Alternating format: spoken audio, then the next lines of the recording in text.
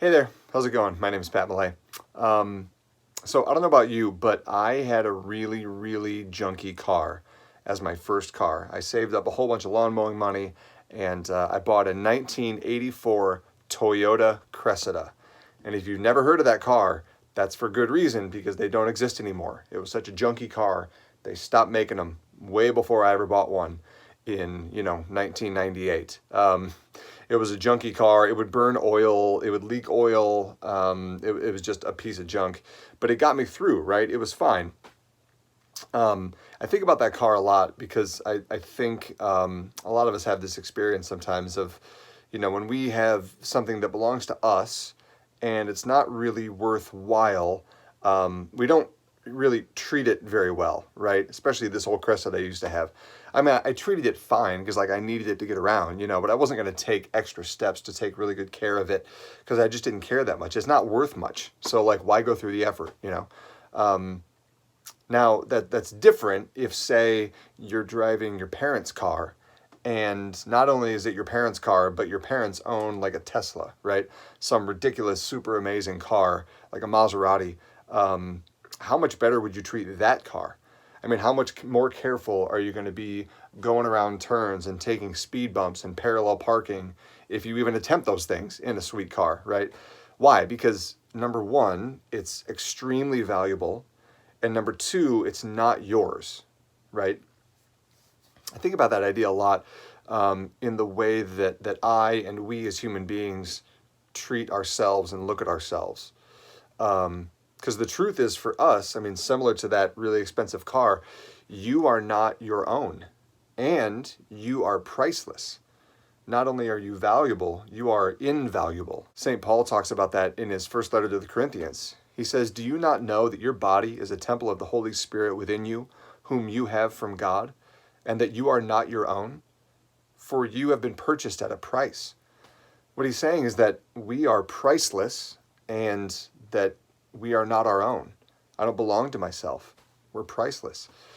But we constantly forget our worth. We forget that we're priceless. We forget the fact that we are not our own, that we belong to God. Every sin, every human brokenness, every pain that we experience in this life is rooted in that fact that we forget this core truth about ourselves.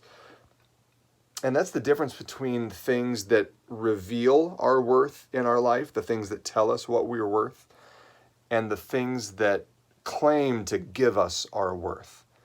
The things that tell us we're not enough, we're not good enough, and they claim to give us our value. And you know what that's like, right? I mean, our culture is filled with things that constantly tell you that you are not strong enough. You're not pretty enough. You're not popular enough. You're not funny enough. You're not smart enough. You're not happy enough. You're not skinny enough. Some of our human relationships support these ideas. Half of Instagram supports that idea that you're not enough. Every commercial in the world is based on that idea, right? They're telling you in a million small ways that you're not enough. I'm not pretty enough. I'm not cool enough. I'm not smart enough. I'm not funny enough. At the core of that is this message that I am not enough. But the commercials tell us, but you can be enough. All you have to do is buy this thing. You can be enough. All you have to do is get this app. You can be enough if you look like this, if you go to this school, if you watch this TV show, then you'll be enough, right? Much more rare in our lives are the things that reveal our worth, the things that remind us that you are enough as you are, that you are priceless, and that because of that, you want to act like it. You want to live up to your worth. The moments where you exercise and you eat healthy and delicious food, that you seek out healthy relationships that build you up, that you have productive recreation time that's more than just Call of Duty and Netflix.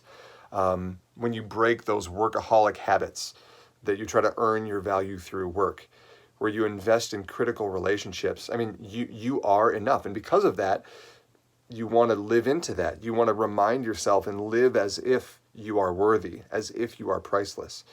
The prophet Isaiah in Scripture puts it this way. He says, God is telling him, "Because you are precious in my eyes and honored, and I love you. All who are called by my name I created for my glory. I formed them. I made them. This is beautiful. We're priceless. We belong to God. So how do we forget this? Like, how do we forget something so crucial, so central to ourselves? I think, honestly, a lot of it comes from the problem of comparison. Comparison was the original sin, right? When Adam and Eve were living in perfect harmony with God, they needed nothing. They wanted nothing. They had everything they needed in that relationship. The snake, the devil, comes to them and says, just eat this apple, the apple of the knowledge of good and evil. And they tell the snake, God told us not to do that. And he said, we'll die if we eat the apple. And the snake says to them, you certainly will not die. And he says this, God knows well that when you eat of it, your eyes will be opened and you will be like gods who know good and evil. See, what the devil does is he gets them to start comparing. He starts comparing them to God. And what he's saying to them is, you are not enough, but you can be if you just eat this fruit. If you just do this one simple, beautiful thing that God asked you not to do, if you do that, then you'll be enough. Then you will be like gods. See?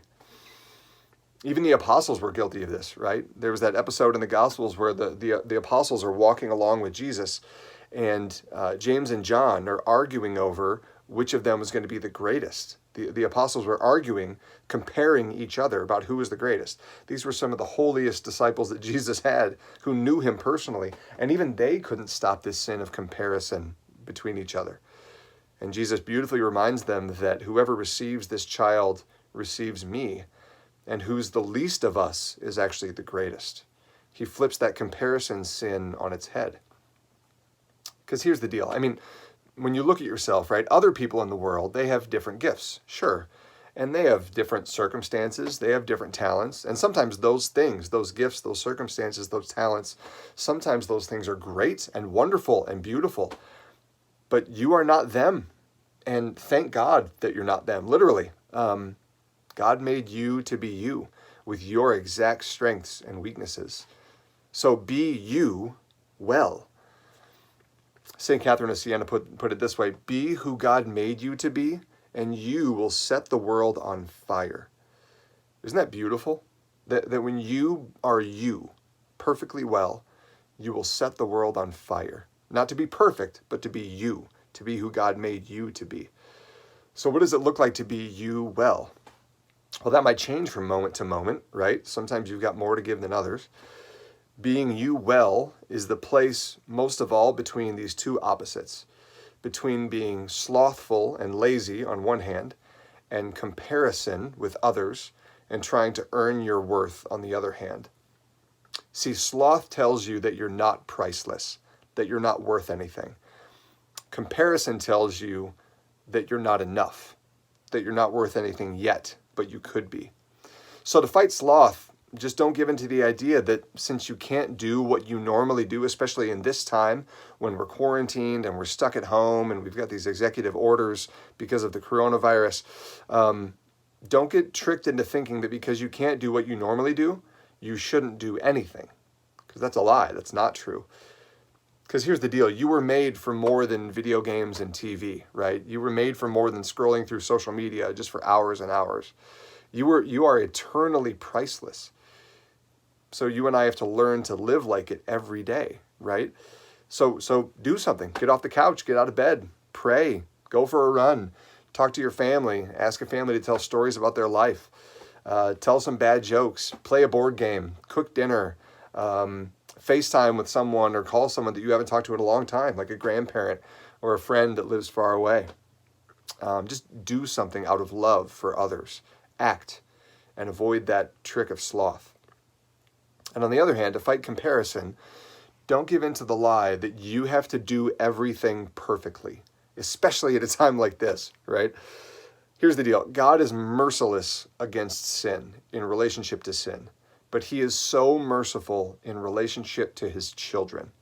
And you and I have to be the same. We have to be merciful and gentle with ourselves, and we have to be gentle with others as well.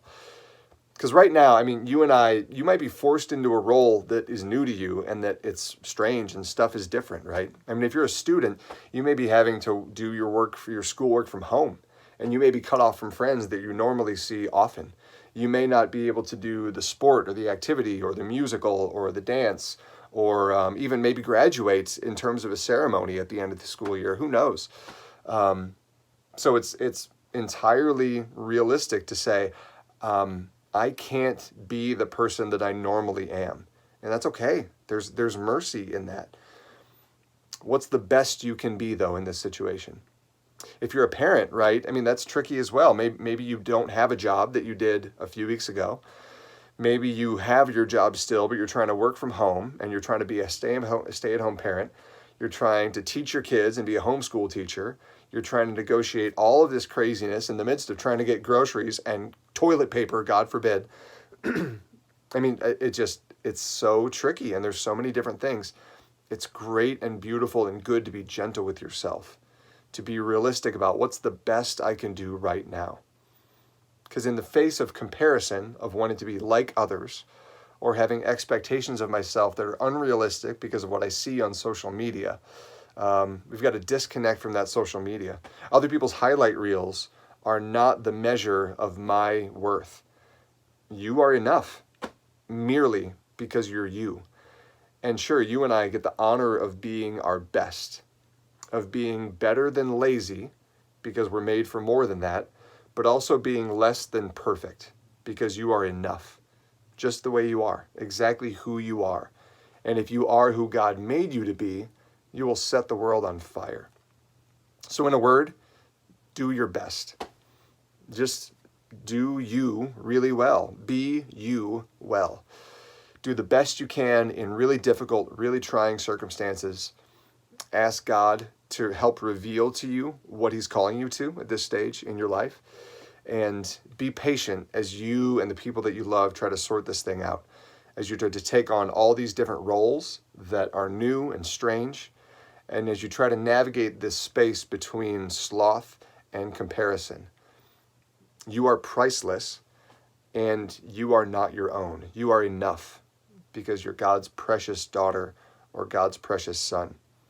Live in that and know that I'm praying for you in the midst of all of the questions and difficulty that come up in this time as well. God bless you.